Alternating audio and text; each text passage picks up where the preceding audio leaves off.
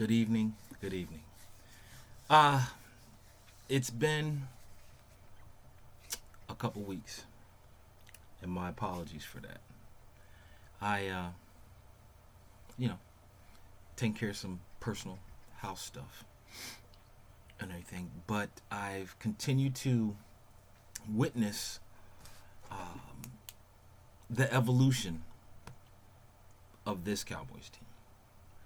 Now, one of the funny things about it is throughout this whole process, that is the 2016-2017 season, um, I've used the term poise because I do like what I see in Dak and everything, and it's just enjoyable. It's an enjoyable thing to watch. I've also listened to and watched a lot of so-called experts commentary on what's been going on. So let's talk about the state of the Cowboys going into this Thursday night game with the Vikes. The state of the Cowboys. From all intents, let me go back. For all intents and purposes, everyone has not, I don't think, given credit where credit is due. You know, there's been some things, there's been a lot of talk about Pennsylvania. There's been a lot of talk about Jared Goff. Now, these guys went early in the draft. Y'all do understand that Dak is a fourth round pick. As we, as honest and true Cowboy fans, not no bandwagoners, because there's a lot of that crap coming out too, have seen it. Those of us that follow college football and know about college football, I watched this boy when he was playing in college. Thought he's very talented.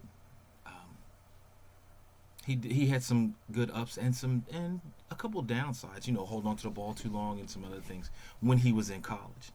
But he's a quick study, and I've watched him grow as the season has grown. You know, at 10-1, there's a lot of talk about what will happen to the Cowboys and the state of the Cowboys going down the stretch. Do they slip and fall? Is it inevitable? Like Stephen A wants to say, it's something inevitable is going to happen. These Cowboys will not maintain that same level of purity of play or that poise of play. Okay. They haven't played anybody. Look at the teams that they've played that would have had running records had the Cowboys lost to them. Look at the teams that they've played that were the best at what they do. We still won. There's a level of poise. There's a difference about these teams. Myself and the rest of the TCE, when we were down in Big D for that Eagles game, we talked about it. We brought it to the forefront that there's something special about this team. How are they going to do when it comes playoff time and everything? Everyone talks about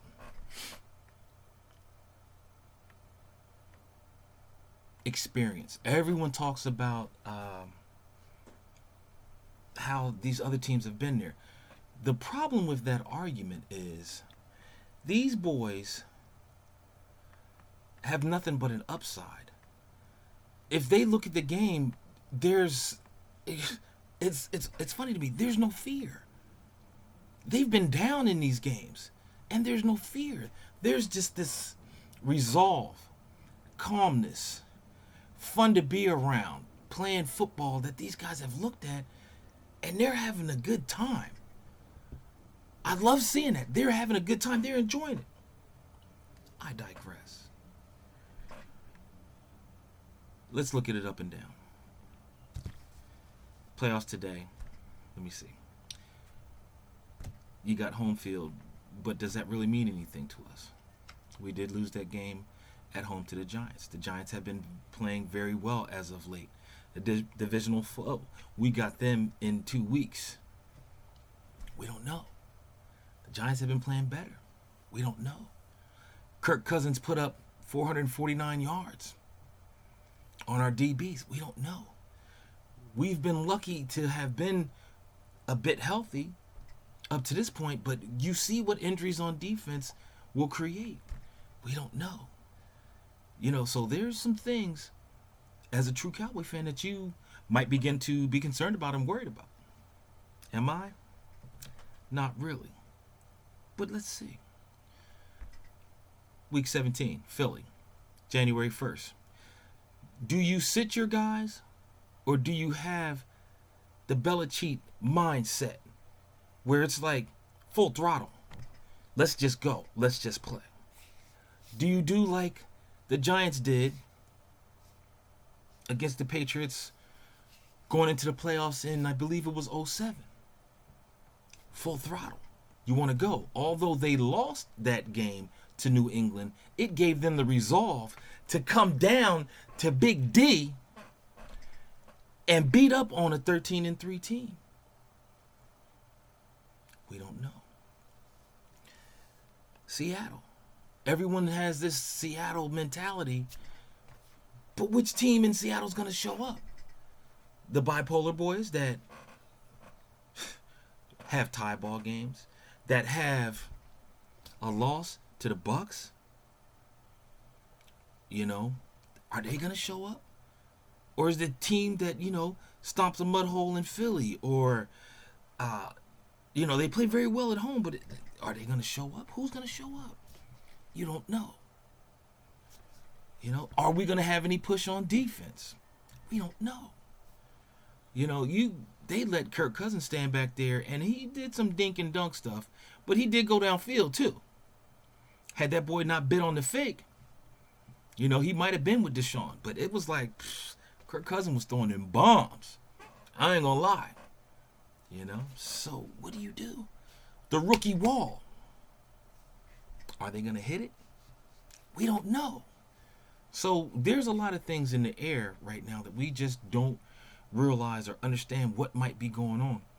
And I don't like to use the word trap game, but you have this Minnesota team. They're playing at home. They got a strong defense. We don't know. Cowboy fans, you got some that are like, well, maybe it'd be better if they did lose a game now. I'm not of that mindset. I'm not. They keep getting better and better each week. Now, don't get me wrong. Dak has not played some of his best football as of late, but especially not in the first half. But tempo, controlling the game, doing what you have to do. It's been happening. Throwing the ball to over 8 different receivers. It's been happening. No, he didn't throw a lot of passes last week. And come on, compared to Kirk Cousins throwing for, what do you have, 53 pass attempts? That's because they didn't run for Dak, basically. He had to throw the ball up. And I don't know if it's prevent defense or whatever, but they're picking us apart. We know Sam Bradford from the Philly era. What type of Sam Bradford do they have now? Are they going to run the ball against that D? Our D's been doing pretty tough. But if we control the tempo, if we control this game like we've been controlling this game, especially in the second half, because we have been picking it up in the second half, then we'll be all right. I mean, unless it's like Minnesota jumps out like 27-0, and this boy has to come from behind, because we've been down 14. I think we've even been down 17. And the poise and the strength of this, the resolve of this team to get it done has been uncanny. So we don't know. I'm not trying to make this a long video, but I'm just throwing that out there to you. But I tell you this, get back to the real deal. Come hell or high water. And like Papa Pope said, I am the hell and I am the high water. Come Thursday night, in that new sparkling dome up in Minnesota, I don't see any fear of the Minnesota Vikings. I really don't. Strong defense, but I don't see any fear of the Minnesota Vikings. I see us continuing to move on. So, what do you think? Let me know. Type and let me know. Just do a response video. I know there's some Viking fans out there. I remember as a kid growing up when I was living in another part of New Jersey. I had a friend. He was a Vikings fan. The Purple People Eaters were all that. Alan Page and the boys were all that. Until Drew Pearson's catch. So you know what I'm saying? It happens. But it won't happen Thursday. So Big D with the V up in the Northlands. And another win on the road. Following week. And I'm not going to get ahead of myself, because that video will be coming later. Because I may have to picture me rolling up to MetLife just to kind of throw some Cowboy venom on them boys up north. But as it is now, this is Merv. Deuces. I know it's a long video. I rattled on. Hey, my apologies. Just haven't been out here in a while. You know, brother wants to talk a little bit. You know, show some love. But, hey, oh, there it is. See it? Oh, the star, the Dr. Pepper.